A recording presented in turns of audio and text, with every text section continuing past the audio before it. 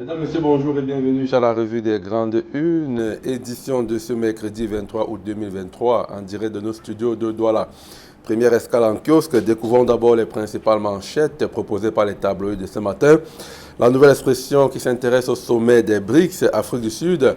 Enjeu du sommet des BRICS, c'est le titre majeur de la nouvelle expression, débuté hier mardi à Johannesburg, en Afrique du Sud, pour s'achever jeudi. Le 15e sommet des BRICS survient dans un contexte international marqué par la poursuite de la guerre russo-ukrainienne et la crise politique au Niger, dont l'annonce imminente d'une intervention militaire des forces de la CEDEAO provoque des graves réactions. Vous aurez d'autres développements en page 4 de la nouvelle expression. Le Messager s'intéresse au sport et au volleyball. CHAN de volleyball dames 2023. Le Cameroun en demi-finale, titre le Messager, victorieuse du Maroc 3-7-0. Après un match de quart de finale à rebondissement hier, les Lions indomptables affrontent ce soir l'ogre kényan qui nourrit des envies de couronne. Le début du match, 18h du côté du palais polyvalent des sports de Yaoundé. À la une de mutation de ce matin, Fumbaut, chirurgie fatale, titre le journal Mutation. Une dame voulant voir sa plastique refaite y a perdu la vie. Des experts mettent en garde et s'expriment dans les colonnes de mutation disponibles en kiosque ce jour. À la une de Cameroun Tribune, rentrée scolaire, la sécurité sera assurée, nous dit le quotidien bilingue gouvernemental. Le ministre délégué à la présidence chargé de la défense, Joseph Betty Assomon, a présidé hier une réunion spéciale de sécurité en prélude à la reprise des classes dans le primaire et le secondaire le 4 septembre prochain. Il en ressort que même si la situation est maîtrisée sur l'ensemble du pays, la vigilance reste de mise aux frontières et dans les régions en proie aux exactions des groupes armés terroristes. Vous aurez d'autres précisions sur cette sortie de Joseph Betty Assomon dans les colonnes du journal Cameroun Tribune. Le Forum libre s'intéresse à la gestion du fret Cameroun-Tchad-Centrafrique au cœur des résolutions de la tripartite BGFT, BARC et BNFT. Initialement prévue pour se tenir à Bangui en RCA, la tripartite semestrielle entre le Bureau de gestion du fret terrestre du Cameroun, le Bureau national du fret du Tchad, le Bureau d'affrètement routier centrafricain a finalement eu lieu le 17 août 2023 à Douala au Cameroun, à l'initiative du coordinateur général du BGFT, El Hadj Oumarou. Après avoir évalué les résolutions arrêtées au terme de la tripartite précédente et relevé des avancées notables dans le processus de dématérialisation du BNFT et du BARC, comparativement au BGFT déjà digitalisé, El Hadj Oumarou a annoncé la création de l'Alliance africaine des bureaux de gestion du FRED. D'autres précisions dans les colonnes du journal Le Forum libre. À la une du quotidien Le Jour, Philippe Van Damme s'exprime. Le temps où des bases militaires d'États membres de l'Union européenne étaient imposées en Afrique est révolu, dit donc l'ambassadeur chef de délégation de l'Union européenne. Il est arrivé en fin de ce jour au Cameroun et en Guinée équatoriale. Il profite donc pour faire son bilan, le bilan de son séjour, évoquant la présence militaire européenne en Afrique, la question du recul de l'influence de l'Union européenne en Afrique, les crises dans l'extrême nord, le nord-ouest et le sud-ouest du Cameroun, ainsi que l'impact fiscal de l'APE et la situation au Niger. Interview à lire dans les colonnes du quotidien Le Jour. À la une du quotidien Éco-Santé pour sortir et vaccination contre le choléra. 7 millions de doses administrées au Cameroun, révèle le quotidien Éco-Santé. Ces chiffres ont été donnés par le représentant de l'Organisation mondiale de la santé au Cameroun, le docteur Fanuel Habimana. C'était au cours du lancement de la campagne de vaccination contre le choléra dans le district de santé de Djungolo le 16 août 2023 à Yaoundé. Voilà donc pour les principales unes sélectionnées dans le cadre de cette émission. On va en parler avec nos invités dans un instant. Il est déjà avec nous. Idriss Sisson, bonjour et bienvenue. Bonjour Achille, je vais saluer deux groupes de personnes ce matin.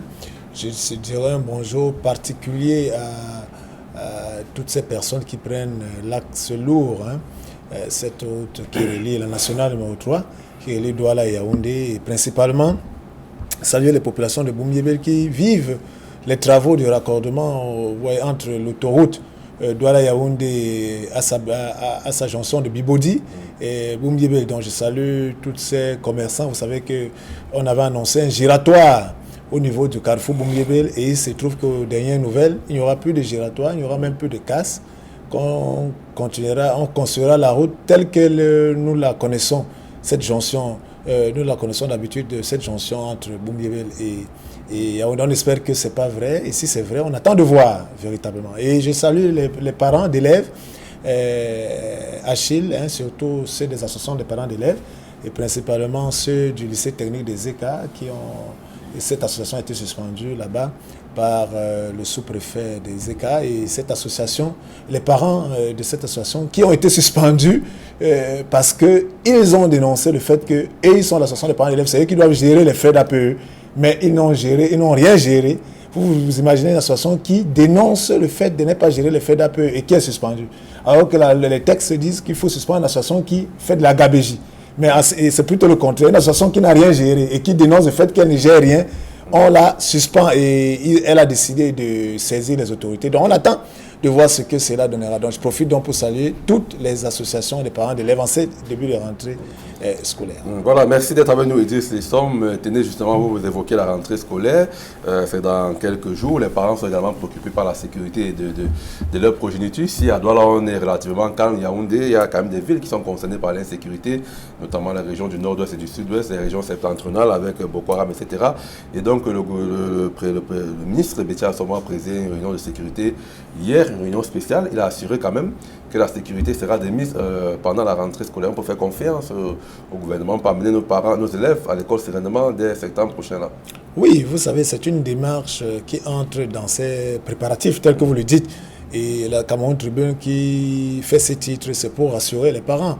Vous savez, justement, vous avez bien décrit, et même quand on lit le journal, et même dans plusieurs journaux, on présente vraiment cette situation d'insécurité que nous vivons en dehors du NOZO, et qui est connu, en dehors de l'extrême nord, qui est aussi connu, et même une partie de l'Est. Mais il y a aussi une forte insécurité, Achille, dans nos villes, dans les grandes villes que vous connaissez, Douala, Yaoundé et tout. Même dans les petites villes, vous verrez seulement comment le petit banditisme, même le grand banditisme, prend de l'ampleur malgré la riposte des forces de maintien de l'ordre. Donc, on trouve cette démarche du ministre de la Défense qui est rassurante. C'est pour véritablement dire aux parents d'élèves que non, nous sommes conscients qu'il y a un climat d'insécurité, mais nous vous rassurons que nous avons la situation en main. En fait, c'est ce que ça veut dire. Maintenant, entre les promesses et la réalité, on attend de vivre cela. Mais c'est bien, en tant que démarche, à la veille de la rentrée, de pouvoir mobiliser les parties prenantes et véritablement rassurer les parents. Mais entre les discours et la communication, il faudrait véritablement qu'on voit ce qui va se passer sur le terrain. Mais c'est une très bonne approche qu'il faut... De rassurer les parents d'élèves et les élèves eux-mêmes. Prince Aïssingekan, bienvenue. Oui, merci Achille de m'accueillir. Voilà, on y va, tout de suite on parle de la rentrée scolaire, un mot peut-être. Oui, sur ce sujet-là, je voudrais dire que c'est une rencontre qui est, je dirais pas, qui n'est pas ponctuelle, mais qui a l'habitude de se tenir à la veille de la rentrée scolaire. Ces rencontres-là se tiennent souvent à l'approche, par exemple, des fêtes de fin d'année. Et chaque rentrée à l'approche, à la veille de chaque rentrée scolaire, le ministre de la Défense, il faut noter qu'il n'était pas seul, ainsi que le délégué général de la Sûreté nationale, accompagné du secrétaire d'État chargé de la gendarmerie, du patron des services de la DGRE et du secrétaire au Conseil national de la sécurité, qui est par ailleurs le ministre de l'administration territoriale, ex-qualité, tiennent cette réunion pour essayer de passer au crible la sécurité, un tout petit peu la sécurité du pays. La rentrée, le prétexte ici étant de la veille de la rentrée scolaire, il faut pouvoir assurer les parents que tout sera mis en œuvre pour assurer véritablement accompagner les élèves dans une sécurité optimale. Ce qu'il faut noter, je pense qu'Idriss a essayé de dire, parce que au-delà des régions qui sont relativement calmes en termes de contrôle de sécurité optimale, vous avez nos deux régions anglophones, notamment le nord-ouest et le sud-ouest, où il faut forcément concentrer les énergies. Il n'y a pas eu de communication ou alors de prescription particulière adressée à la presse, mais je peux vous dire que les participants à cette réunion-là ont fait un focus là-dessus, sur la rentrée scolaire qui doit pouvoir être effective aussi de ce côté-là. De ce côté-là, vous savez que c'est un véritable challenge pour la République du Cameroun, pour tout au moins rassurer de ce que ces enfants-là, nos frères et ceux de ce côté-là, puissent aller à l'école. La troisième chose qu'il faut noter, et qui est souvent un tout petit peu battu en brèche, c'est que nous vivons même dans la région du littoral, plus précisément dans une insécurité pareille, où on a tendance à le minimiser, mais il faut le marteler. Et je le dis ici à chaque occasion, vous avez, je ne cesserai de le dire, le quartier Newbel, qui est dans une insécurité dont on ne peut pas. C'est-à-dire qu'on agresse les gens là-bas pratiquement en pleine journée. Vous avez non loin du commissariat 2e, le quartier s'appelle Funken, et un tout petit peu en Bamondo, on arrache, c'est-à-dire qu'il ne se passe pas, je dis bien il ne se passe pas 2 jours sans qu'on puisse agresser des gens là-bas avec des couteaux et des machettes. C'est-à-dire que vous avez, je dis bien non loin du commissariat 2e, entre le commissariat 2e et l'église Sacré-Cœur, vous avez un train où il y a un train, des jeunes agressent des parents et des enfants là-bas. Je dis bien chaque jour. Ce que je vous dis là, il ne se passe pas une journée sans qu'on agresse des gens là-bas. Et je vous disais ici que de ce côté-là, les gens s'organisent pour prendre véritablement leur destin en main. Et l'ultimatum qui est lancé, c'est que si on arrête des bandits, ils seront lapidés. Malheureusement, un de nos enfants a été tué du côté, je pense, du côté de Niala et brûlé. Vous vous rendez compte? Je dis bien, et brûlé. Je le disais ici, ça ne faisait pas 3 semaines. Vous voyez ce qui s'est passé à Niala? On ne le souhaitait pas, mais c'est arrivé. Et je dis bien, 2 enfants ont été brûlés. Brûlés. Mais est-ce que c'est ce que nous voulons? Non. Je pense que les forces de maintien de l'ordre doivent pouvoir être plus alertes, essayer de ratisser l'âge. Je dis bien de faire un ratissage, même en termes d'intimidation, pour que ceux-là puissent savoir qu'à tout moment, les patrouilles peuvent passer, même tout au moins pour les dissuader. Donc c'est une situation véritable que nous adressons ici aux forces de maintien de l'ordre, notamment les services de la gendarmerie et aussi de la police, qui se déploient. Je ne dis pas qu'ils ne se déploient pas, mais je pense qu'il faut mettre un accent sur des quartiers qui sont connus comme où des enfants agressent à tout vent, où des gens ne peuvent plus. Vous savez, il y a un phénomène, nos mamans qui font les marchés des vivres frais, elles sortent à 4 heures. Est-ce qu'elles vont arrêter de sortir pour aller chercher leur pain quotidien? C'est impossible. Et donc, par conséquent, il faut tout au moins protéger. C'est entendu, Prince Singekam, donc rentrée scolaire, la sécurité sera assurée, sera de mise, nous dit le MINDEF. Joseph Betty à son mot à retrouver en tout cas en kiosque dans Cameroun Tribune. Passons à un autre sujet d'actualité, un petit voyage du côté de l'Afrique du Sud où se tient le sommet des BRICS, le sommet donc qui s'est ouvert hier mardi et s'achève jeudi. C'est le 15e sommet du genre, entre autres sujets, nous dit la nouvelle expression de ce matin, la guerre russo-ukrainienne, la crise politique au Niger, donc etc. Il y a la coopération bilatérale, les partenariats qui vont se nouer avec les pays qui sont allés de ce côté-là. Idriss Issom, je commence par vous. Ce bloc-là dit des BRICS qui affirme au fil des années sa superpuissance et qui rétablit un peu, on va le dire sans exagérer, l'ordre avec des autres blocs occidentaux, entre autres. Oui, qui a l'ambition, parce que quand vous dites que l'ambition de concurrencer, c'est pas encore le cas, mais qui a véritablement les arguments pour. Et lorsqu'on lit la nouvelle expression ce matin, c'est presque tout un dossier où on découvre les enjeux du sommet d'Afrique du Sud. Il faut déjà dire aux téléspectateurs que quand on parle de BRICS, lorsque vous comprendrez que BRICS, B renvoie à Brésil, R renvoie à Russie, I renvoie à Inde, C renvoie à Chine et S renvoie à Afrique du Sud. Donc voilà, ces 5 pays qui ont décidé de se poser, comme vous l'avez bien présenté, au G7, vous savez, au groupe des pays occidentaux qui se disent les plus riches du monde. Donc, et ça fait 15 ans. Et il faut dire que nous sommes à une phase, comment on peut appeler ça véritablement, qui va rester mémorable. Cette année 2023, avec la guerre russo-ukrainienne. Et vous imaginez, Achille, lorsqu'on lit la nouvelle expression, dans le cas des enjeux, on constate tout simplement que c'est véritablement une armée de pays qui sont invités en Afrique du Sud et qui cognent à la porte. On annonce l'Arabie Saoudite, on annonce l'Égypte, on annonce l'Algérie, qui veulent rejoindre véritablement le groupe des BRICS parce que pour faire ce contrepoids. Donc, et cela est surprenant parce qu'entre-temps, les Occidentaux sont là pour pouvoir saper l'image des BRICS et dire que la Russie, c'est-à-dire mettre en avant la guerre russo-ukrainienne, mettre en avant le fait que la Russie est véritablement un pays va en guerre, que le président Vladimir Poutine est un président recherché, qui ne doit plus se déplacer, qui est véritablement... Donc, on essaie aussi de mettre la pression sur l'Afrique du Sud en disant qu'à l'Afrique du Sud, qu'elle est une nation qui ne devrait pas véritablement s'associer à cela. Mais il y a une pression qui a été mise au niveau de l'Afrique du Sud pour que le président Poutine ne vienne pas à ce sommet. Mais il faut dire que le sommet, le président Xi Jinping de la Chine est là. Le sommet a commencé hier et il se finira demain. Je vais finir en présentant les enjeux. Les enjeux, c'est tout simplement qu'il faille véritablement financer les économies des pays africains aujourd'hui, des pays qui sont membres du BRICS, pour pouvoir apporter une alternative. Parce qu'aujourd'hui, tout se fait autour du dollar. Pour les BRICS, il faudrait soutenir les monnaies locales et les amener à pouvoir véritablement financer d'autres pans de l'économie de ces pays pour que ces pays sortent de l'emprise de ces pays occidentaux. Donc en fait, c'est cela l'enjeu. Entre-temps, c'est la bataille médiatique et la bataille de la réputation pour pouvoir soit menacer ces pays qui ont l'envie de venir s'associer aux BRICS, soit pouvoir mettre l'Afrique du Sud qui se positionne aujourd'hui comme étant le pays qui veut être au centre de ces regroupements, la mettre pas en difficulté pour casser la dynamique des BRICS. Mais je pense que c'est un combat, je pense que les Occidentaux vont, comme ils le constatent, tel qu'il y a l'engouement de ces pays, l'engagement, il faut tout simplement que les stratèges puissent passer des idées à l'action.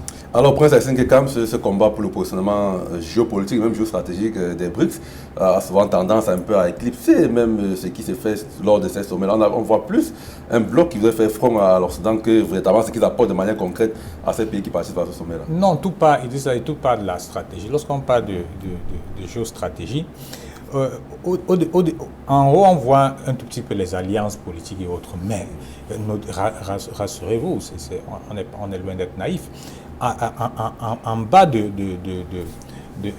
cette stratégie-là, c'est l'économie. C'est l'économie, c'est même l'essence. Parce que la politique, c'est quoi? De façon basique, la politique, c'est tout ça. C'est la gestion de la cité. Et qui dit la gestion de la cité parle d'économie. Et donc, par conséquent, en back-office, ça vous me permettez de dire qu'il y a eu, avant la plénière avec les chefs d'État et de gouvernement, vous avez les rencontres B2B. Vous savez, on n'en parle pas beaucoup, mais c'est ce qui s'est passé ce qui passe depuis hier. Donc, des rencontres non seulement des différents responsables techniques, des sectoriels techniques des différents pays qui rencontrent leurs homologues pour parler affaires, pour parler véritablement économie. Maintenant, Idriss a essayé de déblayer le terrain, mais ce qu'il faut ajouter simplement, c'est que on ne parle plus forcément, on n'est plus au niveau simplement de BRICS, parce que BRICS, il a bien défini, c'était le Brésil, c'était la Russie, l'Inde et la Chine et l'Afrique du Sud. Aujourd'hui, on tend vers BRICS+. BRICS+, c'est que ça intègre les autres États qui frappent non seulement d'autres qui sont déjà à l'intérieur ou alors qui frappent à la porte. On fait une fixation, par exemple, sur l'Afrique, peut-être en faisant un petit clin d'œil à la France qui a entre guillemets ses colonies encore en Afrique et qui a peur de les perdre, mais il faut noter qu'il y a d'autres pays, que ce soit en Asie et en Océanie, qui ont déjà annoncé fermement et qui sont du côté de l'Afrique du Sud leur entrée dans le BRICS. Vous voyez un peu, ça veut dire que cette organisation-là souffre de plus en plus. La troisième chose qu'il faut noter en termes des pays africains, vous savez qu'il faut noter, nous avons le président Biya qui s'est fait représenter par le Premier ministre, chef du gouvernement, qui est là-bas qui est parti du Cameroun depuis dimanche, ça voudrait dire que le Cameroun a des intentions à annoncer, tout au moins, son intérêt à participer, à être dans cette organisation. C'est une organisation, moi je pense que pour nous autres Africains, nous devons le voir comme un autre, comment je vais dire ça, un autre, je dirais pas forcément palliatif, mais un autre regard. Parce que lorsque vous dites que vous êtes un pays indépendant, comme le président Biya le clame à tout vent, c'est que vous discutez vous parlez intérêt, vous discutez avec ceux qui peuvent vous apporter quelque chose. Et si nous autres, le Cameroun, notre pays, pense que nous avons à gagner, c'est-à-dire que nous avons à gagner dans cette organisation, pourquoi ne pas y aller? Et je pense que d'autres pays africains pensent la même chose au-delà au-delà des intérêts géostratégiques, des supports, c'est-à-dire que des supports même dans le Conseil des Nations. Aujourd'hui, vous avez la Russie qui intervient, qui apporte son soutien dans des pays qui sont en difficulté, avec en face la France ou alors d'autres pays occidentaux. Donc, tout est là, tout est là-dedans. Et je peux vous dire que si nous Africains, nous avons à gagner en termes d'affaires, en termes d'économie, en termes de développement, pourquoi ne pas y aller? Moi, je pense que lorsque vous faites des affaires, il faut avoir plusieurs données, il faut avoir plusieurs propositions dans la main et juger ceux qui sont bien pour vos peuples.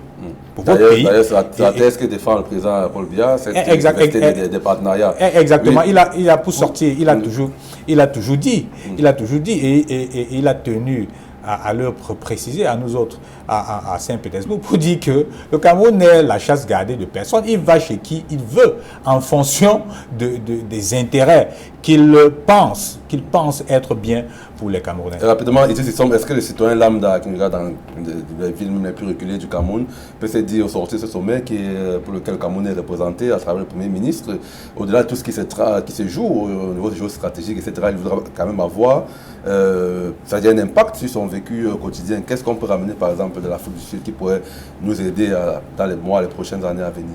Oui, mais c'est juste presque à 5, comme l'a dit, des contrats.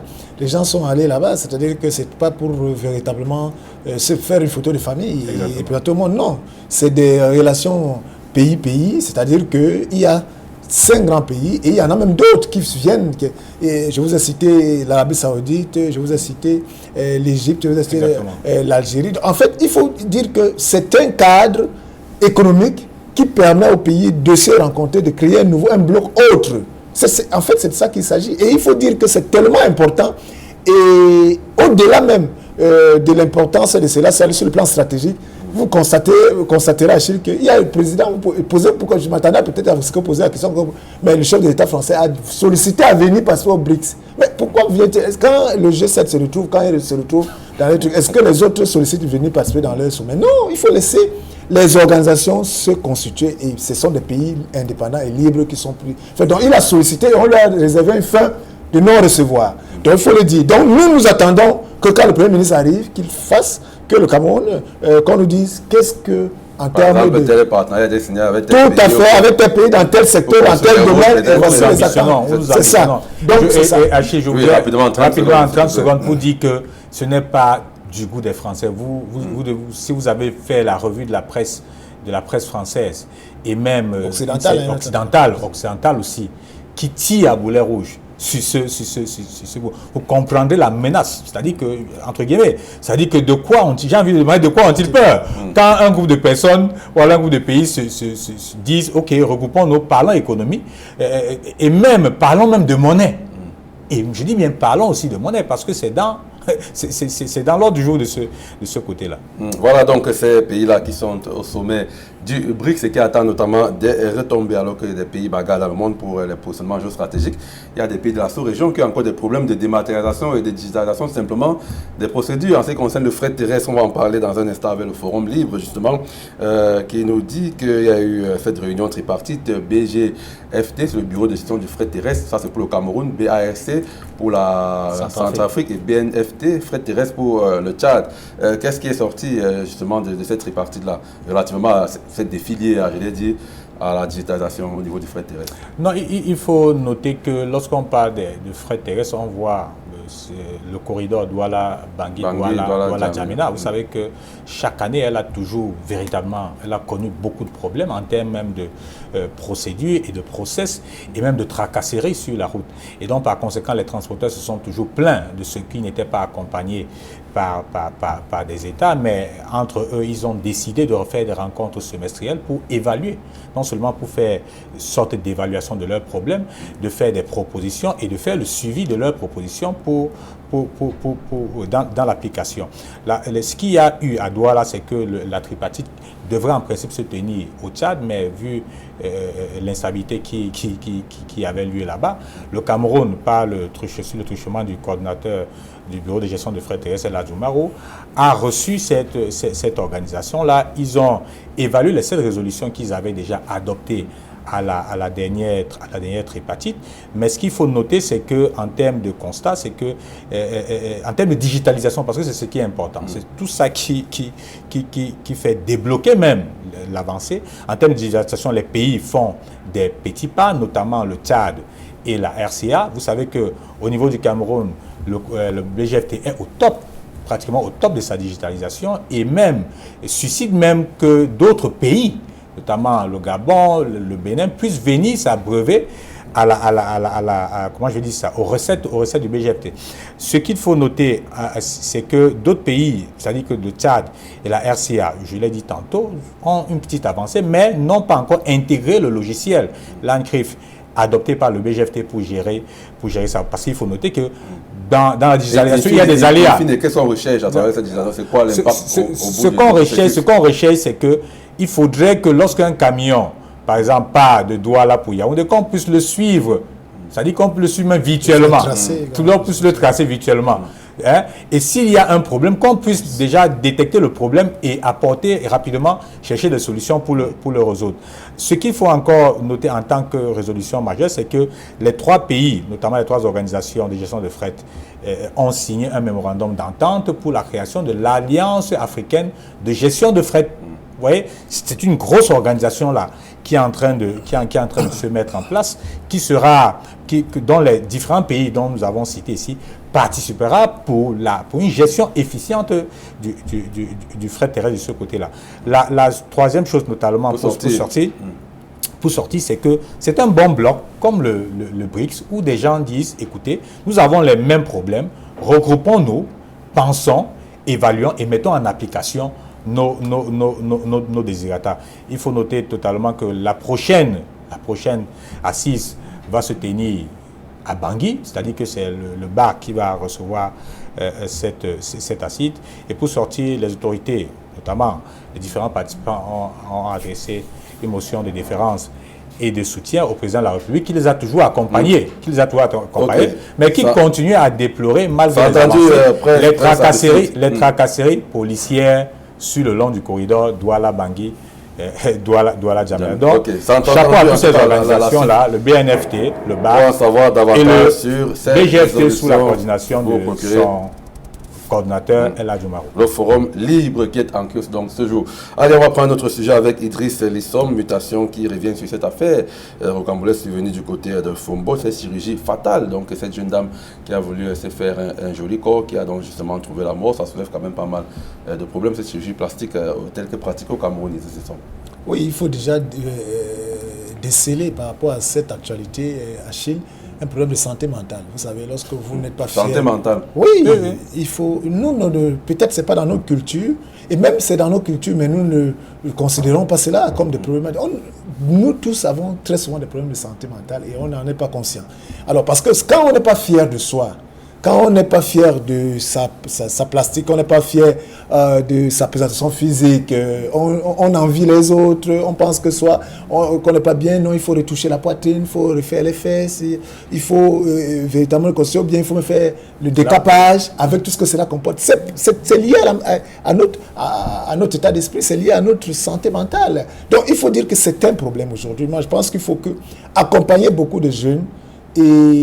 Mais est-ce que les parents qui eux-mêmes sont touchés sur le plan de la santé mentale peuvent-ils facilement accompagner les jeunes? Parce qu'on voit même des parents qui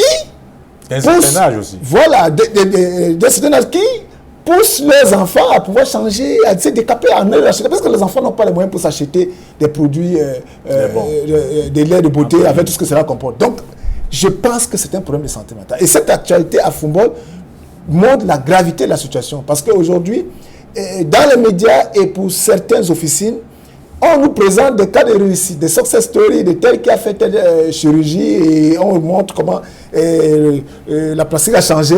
Ça donne des envies à Achille. Ça pousse les autres qui ne sont pas fiers de leur présentation d'aller chercher les solutions dans ces sens. Mais est-ce que nous avons donc aujourd'hui la technologie pour... Parce que par exemple, ailleurs, il y a quand même des cliniques de référence, il y a des hôpitaux qui ont quand même pignon sur rue, où c'est reconnu qu'ils peuvent véritablement faire ces chirurgies. Mais aujourd'hui, est-ce que chez nous, ça se passe comme cela se doit?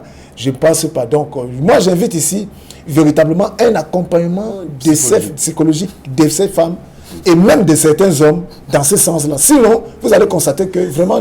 Mais parce que vous ne pouvez pas être refusé ce que vous êtes. Au lieu d'entretenir ce que vous êtes pour que vous présentiez au monde, mais vous refusez ce que vous êtes. D'accord, en 30 secondes, résumez ce que vous avez dit. Résumé en 30 secondes, je voudrais dire que Idriss fait bien de parler de santé mentale. Les gens voient toujours le fou. Et je pense que l'université tient à organiser tout un colloque comme ça pour dire que même ceux qui ont la pression souvent au travail ont des problèmes mentaux. Mais ce qu'il faut noter, c'est que pour le cas d'espèce, on empêche, les gens sont libres de faire de leur corps ce qu'ils veulent. Mais tout au moins, pour nous éviter ce type de scandale, qu'ils aillent consulter des bons praticiens. Même ici à Douala, Idriss, vous avez des bons chirurgiens plasticiens, il y a des femmes et des hommes qui ont des problèmes de santé, c'est-à-dire qui ne se sentent pas bien. Je ne dis pas qu'ils ont un complexe, c'est-à-dire qui ont un gros poids, qui n'arrivent pas. Et on leur propose des chirurgies plastiques, peut-être pour enlever la graisse. Ça se fait ici. C'est-à-dire qu'on ne peut pas parler de santé mentale en ce temps-là, parce que vous ne vous sentez pas bien dans votre peau. Mais ceux qui ont un problème, qui se décapent, ça voudrait dire que qui sont comme nous autres, qui refusent leur mélanine, c'est-à-dire qui refusent la couleur de leur peau, veut ressembler aux autres, ils ont, je dis libre à eux, c'est-à-dire qu'ils ont un problème d'acceptation de soi, d'acceptation de soi. On va sortir par et donc, je pense que c'est un grand débat qu'il faut pouvoir mener. Lorsque vous direz ça, ils vous diront que non. Vraiment, chacun est libre de faire de son corps ce qu'il veut. Ok, c'est entendu. La science a démontré que la plupart de ces produits, à la longue, ne sont pas bien pour la santé. Okay. C'est ce qu'il faut retenir. On va sortir par là. Merci Prince Singeka, merci Idriss Issom d'être venu décrypter l'actualité avec nous. Merci mesdames et messieurs de nous avoir suivis. Merci à nos équipes techniques en régie, Jonathan Babiola, Derek Simze, François Rodrigue Djoukoumé et Emo Songo à la réalisation. Rendez-vous demain pour une autre édition de la revue des Grandes Unes. Mais restez sur Kinos Télévision, juste après nous, c'est 10-12 le Zénith.